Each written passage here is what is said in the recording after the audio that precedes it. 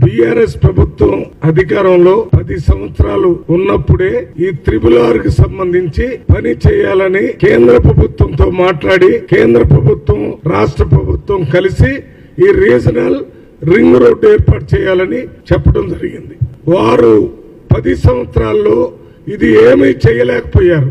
10 నెలల్లోనే మన రాష్ట్ర ముఖ్యమంత్రి రేవంత్ రెడ్డి గారు కేంద్ర ప్రభుత్వంతో మాట్లాడి రాష్ట్ర అధికారులతో మాట్లాడి రీజనల్ రింగ్ రోడ్డుకు సంబంధించి పనులు త్వరగా జరిగేటటువంటి ఏర్పాట్లు చేస్తున్న సంగతి ఇవాళ ప్రజలందరూ గమనిస్తున్నారు.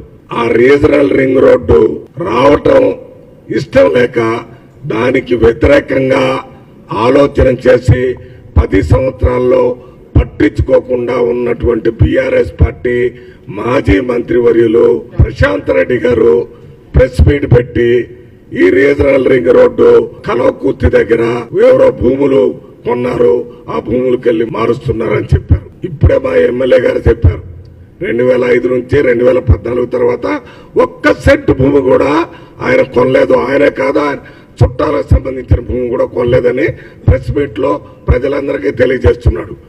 మరి ఇటువంటి పరిస్థితుల్లో ఎందుకు ప్రశాంత్ రెడ్డి గారు అటువంటి స్టేట్మెంట్ ఇచ్చాడు? తప్పుడు స్టేట్మెంట్ గోబల ప్రచారం చేస్తూ ఇక్కడ ఎమ్మెల్యేల మీద, ఎంపీల మీద, రాష్ట్ర ముఖ్యమంత్రి మీద తప్పుడు ఆరోపణలు చేస్తూ మీడియాలో పెద్ద పెద్ద స్టేట్మెంట్లు వచ్చేటట్టుగా చూస్తున్నారు. మీరు మొన్న జరిగిన అసెంబ్లీ ఎన్నికల్లో ఓడిపోయి ప్రభుత్వం కాంగ్రెస్ ప్రభుత్వం వచ్చింది. దాని తర్వాత జరిగినటువంటి పార్లమెంట్ ఎన్నికల్లో ఒక్క సీటు కూడా రాలేదు మీకు.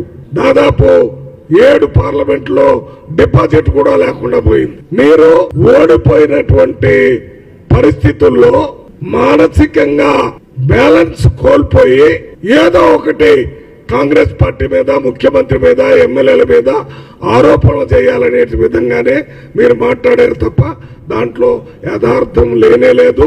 మీలాగా 10 సంవత్సరాలు పెండింగ్ పెట్టినటువంటి ఫార్మాసిటీని తీసుకొని, ఎలక్ట్రానిక్ సిటీని తీసుకొని వీటన్నిటి పెద్ద ఎత్తున తీసుకొని రావడానికి రాష్ట్ర ముఖ్యమంత్రి రేవంత్ రెడ్డి గారు ప్రయత్నాలు చేస్తుంటే దానివల్ల బీఆర్ఎస్ పార్టీ అస్తిత్వాన్ని కోల్పోతుందనే భయంతోనే ఈ రకమైన స్టేట్మెంట్ ఇస్తున్నారు. మేము మీరు ఇచ్చినటువంటి తప్పుడు స్టేట్మెంట్ ని వెంటనే విత్డ్రా చేసుకుని మళ్ళీ ప్రెస్ మీట్ పెట్టి చెప్పండి. చెప్పకపోతే క్షమాపణ కూడా చెప్పాలని మేము డిమాండ్ చేస్తున్నాం. పూర్తి అబద్ధాన్ని చెప్పారు. గోబెలని ఒక మంత్రి ఉండేవాడు, హిట్లర్ కేబినెట్ లో మంత్రిగా పెట్టాడు. ఆయన ఎజెండా, ఆయన సబ్జెక్ట్ ఏంటంటే అబద్ధాలు. యుద్ధం ఎక్కడైనా ఓడిపోతే అక్కడ మేమే గెలిచామని అప్పుడు ఉన్నటువంటి మీడియాలో, ఎలక్ట్రానిక్ మీడియా, ప్రింట్ మీడియాలో పెద్ద ఎత్తున ప్రచారం చేయటం. ఒకే అబద్ధాన్ని 10 సార్లు చెప్తే ప్రజలు నమ్ముతారు అనేటటువంటి సిద్ధాంతాన్ని హిట్లర్ గాని పెట్టాడు. దాని తర్వాత కేసీఆర్ గారు, ఇప్పుడు ప్రశాంత్ రెడ్డి గారు, వారి ఫాలోయర్స్ ఈ ఒకే అబద్ధాన్ని 10 సార్లు, ఒక అబద్ధాన్ని హరీష్ రావు గారు చెప్తారు, తర్వాత కేటీఆర్ గారు చెప్తారు, తర్వాత కవిత గారు చెప్తారు, తర్వాత ప్రశాంత్ రెడ్డి గారు చెప్తారు, తర్వాత ఇతర బీఆర్ఎస్ నాయకులు చెప్తారు. ఈ రకంగా ప్రజలను తప్పుదోవ పట్టించారని చూస్తున్నారు.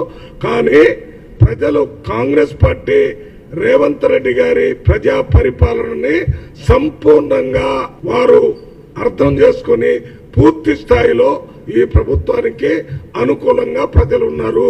మీరెన్ని చెప్పినా ప్రజలు నమ్మేది లేదు. మీరు ఇదే రకంగా గోబల ప్రచారం చేస్తే ప్రజలు మిమ్మల్ని వచ్చే ఎన్నికల్లో, పంచాయతీ ఎన్నికల్లో కూడా, మొన్న పార్లమెంట్ ఎన్నికల్లో ఏ రకంగా ఓడిపోయారో అదే పరిస్థితి మీరు ఎదుర్కోవలసి ఉంటుంది.